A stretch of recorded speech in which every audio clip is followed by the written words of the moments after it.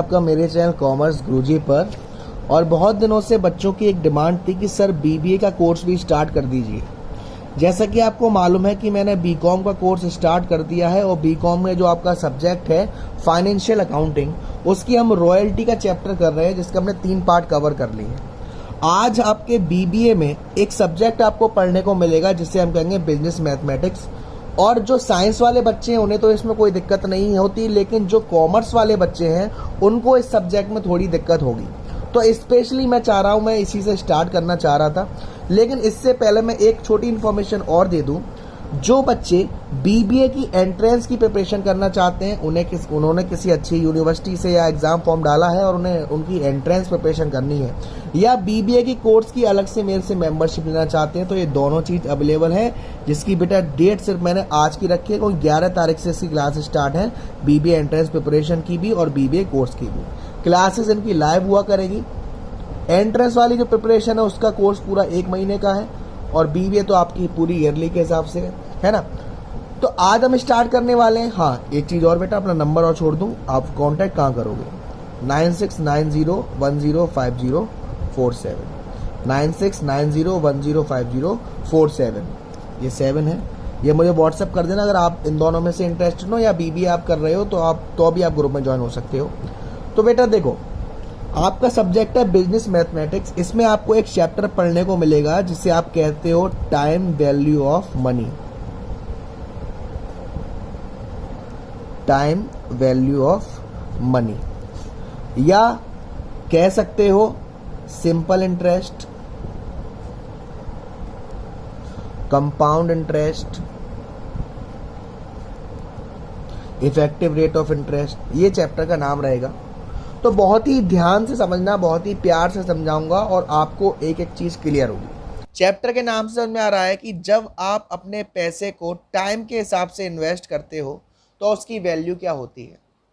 इस चैप्टर में बेसिकली आप simple interest, compound interest, annuity को पढ़ोगे। तो पहले मैं आपको सिंपल इंटरेस्ट और कंपाउंड इंटरेस्ट क्लियर करके चलूंगा, क्योंकि बेसिकली आपने थोड़ा पढ़ा भी होगा तो आपको अच्छे से समझ में आएगा। बात करते हैं हम बैंक की, क्योंकि हम कॉमर्स वाले हैं तो इस एग्जांपल से बहुत जल्दी समझ में आएगा। बैंक में जब आप पैसा जमा करते हो, मान लो आपने 100 रुपये जमा किए और 3 साल के लिए जमा करे, तो बैंक हर साल एक रेट से आपको पैसा देगा, ब्याज देगा। मान लो बैंक ब्याज दे रहा है 10% और आप सिंपल इंटरेस्ट फॉलो कर रहे हो, सिंपल इंटरेस्ट। तो आपको क्या करना है, आपका सिंपल इंटरेस्ट का formula principal into rate upon time into 100। ये क्वेश्चन देखो, डिपॉजिट कितनी है 100 है, ईयर कितना है 3 है, रेट ऑफ इंटरेस्ट है 10। क्लियर है। तो अगर मैं सिंपल इंटरेस्ट को फॉलो कर रहा हूं तो फॉर्मूला क्या लगेगा, सिंपल सबसे पहले 100 इंटू 3 इंटू 10 अपॉन 100, पूरा सॉल्व किया 30 आया। उसके बाद फॉर्मूला लगता है अमाउंट निकालने के लिए प्रिंसिपल प्लस इंटरेस्ट। प्रिंसिपल था 100, इंटरेस्ट आया 30, यानी कि सिंपल इंटरेस्ट कितना निकला टोटल 130। लेकिन यही जब मैं कंपाउंड इंटरेस्ट को फॉलो करूंगा तो कैसे करूंगा, देखो साल बाई साल, 3 साल का है। पहली साल इंटरेस्ट कितनी आएगी 100 का 10% 10। अब इसमें मैं क्या करूंगा, अमाउंट निकालने के लिए प्रिंसिपल प्लस इंटरेस्ट 110, ये तो पहली साल का हो गया। अब जब सेकेंड ईयर की मैं इंटरेस्ट निकालूंगा तो इस अमाउंट पे निकालूंगा, यानी कि 110 का 10% कितना होगा 11। फिर मैं सेकेंड ईयर का टोटल अमाउंट कराऊंगा तो 110 प्लस 11 यानी कि 121। अब जब मैं तीसरे साल की इंटरेस्ट निकालूंगा तो मैं किस पर निकालूंगा, पूरी 121 पर। 121 का 10% 12 मान लेता हूं, और तीसरे साल का अमाउंट कितना निकलेगा 133। आपने देखा सिंपल इंटरेस्ट से मेरा टोटल अमाउंट आ रहा था 130 और कंपाउंड इंटरेस्ट से आ रहा है 133, यानी कि हमेशा सिंपल इंटरेस्ट से ज्यादा इंटरेस्ट किस में आएगी, कंपाउंड इंटरेस्ट। क्लियर है। कंपाउंड इंटरेस्ट हमेशा सिंपल इंटरेस्ट से बेटर रहती है। आपको समझ में आया कि कंपाउंड इंटरेस्ट में साल बाय साल निकालते हैं और साल का वो अमाउंट, जो अमाउंट प्लस इंटरेस्ट, उस पर इंटरेस्ट मिलती है अगली साल से।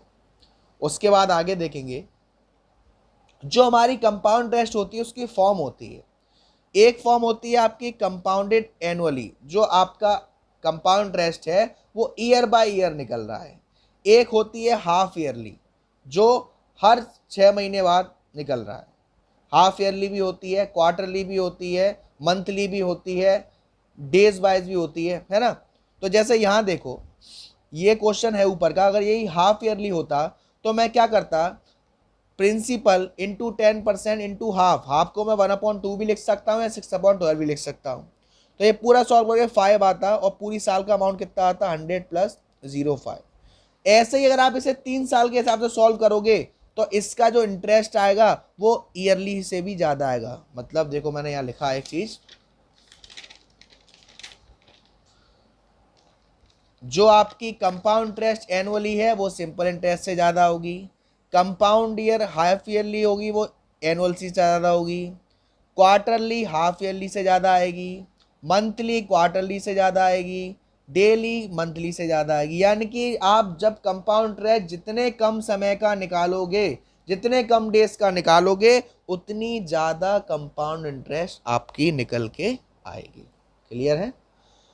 तो यहाँ 2 फॉर्मूले बन रहे हैं आपके, एक तो सिंपल इंटरेस्ट का P × R × T/100, उससे तो आपकी इंटरेस्ट आ जाती है, और फिर हम अमाउंट निकालने के लिए प्रिंसिपल प्लस सिंपल इंटरेस्ट, तो आपका टोटल अमाउंट आ जाता है। ठीक है ना, ये तो सिंपल इंटरेस्ट के लिए। अब मैं बात करूं कंपाउंड इंटरेस्ट के लिए, तो कंपाउंड इंटरेस्ट का फॉर्मूला होता है अमाउंट इक्वल टू, क्योंकि हम इसमें जोड़ते नहीं है, डायरेक्ट फॉर्मूला करते हैं, amount equal to principal bracket start 1 + I bracket close and. ये I होता है हमारा रेट, कैसे निकलता है I, जो रेट दे रखी है उसे 100 से डिवाइड कर दो, और N होता है नंबर ऑफ ईयर्स। जैसे ही मैं पीछे का ही क्वेश्चन लूँ, अमाउंट प्रिंसिपल था 100, 1 + I था 10/100 और N था 3 ईयर्स। तो इसको जब सॉल्व करोगे तो ये मैं 100 1 + ये 1/10 हो गया, तो इससे अगर मैं यहाँ पॉइंट लगा सकता हूँ, है ना। तो ऐसे तो कंपाउंड इंटरेस्ट निकलेगा। अब मैं आपको एक ट्रिक बताऊंगा, जब आपको हाफ ईयरली या क्वार्टरली या मंथली में निकालना है तो आप क्या करोगे। बेसिकली कंपाउंड इंटरेस्ट एनुअली का फॉर्मूला क्या है sir, amount equal to principal 1 + I bracket close and. अगर यही कहे कंपाउंडेड हाफ ईयरली आपको मालूम है साल में कितनी बार आते हैं, 2 बार आते हैं। क्वार्टर साल में कितनी बार आते हैं, 4 बार आते हैं। मंथ साल में कितनी बार आते हैं, 12 आते हैं। तो सब समझना, हाफ ईयरली वाले केस में जो I है उसे डिवाइड कर दो 2 से, और जो N है उसे मल्टीप्लाई कर दो 2 से। क्वार्टरली वाले केस में जो I है उसे डिवाइड कर दो 4 से, और जो N है उसे मल्टीप्लाई कर दो 4 से। मंथली है तो उसमें I को डिवाइड कर दो 12 से, और N को मल्टीप्लाई कर दो 12 से। जैसे मैंने देखो यहाँ करके दिखाऊं, ये क्वेश्चन है और इसे हाफ ईयरली में निकालना है। हाफ ईयरली में देखो रेट I का फॉर्मूला क्या होता है, 10/100 डिवाइड बाई 2। तो ये जब 10/100 को ये आप करोगे सॉल्व, तो ये 0.5 से भी और चला जाएगा। ठीक है ना, ठीक है ना। जैसे कि ये 0.1/2 आएगा, ये 2 आएगा डिवाइड में, यानी कि 0.5। अब यहाँ 3 था, N मल्टीप्लाई कर दिया 2 से, तो कितना आ गया 6। इस चीज़ को कैसे सॉल्व करते हैं ये समझना। देखो यहाँ 1 था, 1.05 यही तो आएगा जोड़ के। अब ये 6 है, तो देखो मल्टीप्लाई करोगे, ये 2, ये 3, ये 4, ये 5, ये 6, 1.34 मल्टीप्लाई बाई 100, ये आएगा 134। ये आपका आएगा आंसर। और आपने देखा जब हम कंपाउंडेड इंटरेस्ट एनुअली कर रहे थे तो पीछे आंसर आया था 133, और आपने देखा जब हम कंपाउंडेड इंटरेस्ट हाफ ईयरली कर रहे हैं तो आ रहा है 134, जैसा कि मैंने बताया। ऐसे ही जब इसका क्वार्टरली करोगे तो उससे ज़्यादा आएगा, मंथली करोगे तो उससे ज़्यादा आएगा, और डेली करोगे तो उससे ज़्यादा आएगा। तो मैंने आपको बताया बेटा, जब आप कंपाउंडेड इंटरेस्ट क्वार्टरली करोगे तो उसमें क्या करोगे, I को डिवाइड कर दो 4 से, मल्टीप्लाई कर दो N को 4 से। मंथली करोगे तो I को डिवाइड कर दो 12 से, और मल्टीप्लाई कर दो N को 12 से। क्लियर है? आई हो तो वीडियो को लाइक करना ना भूलें, शेयर करना ना भूलें ज़्यादा से ज़्यादा, और अब तक चैनल को सब्सक्राइब नहीं किया है तो प्लीज़ सब्सक्राइब कर देना। Thank you so much.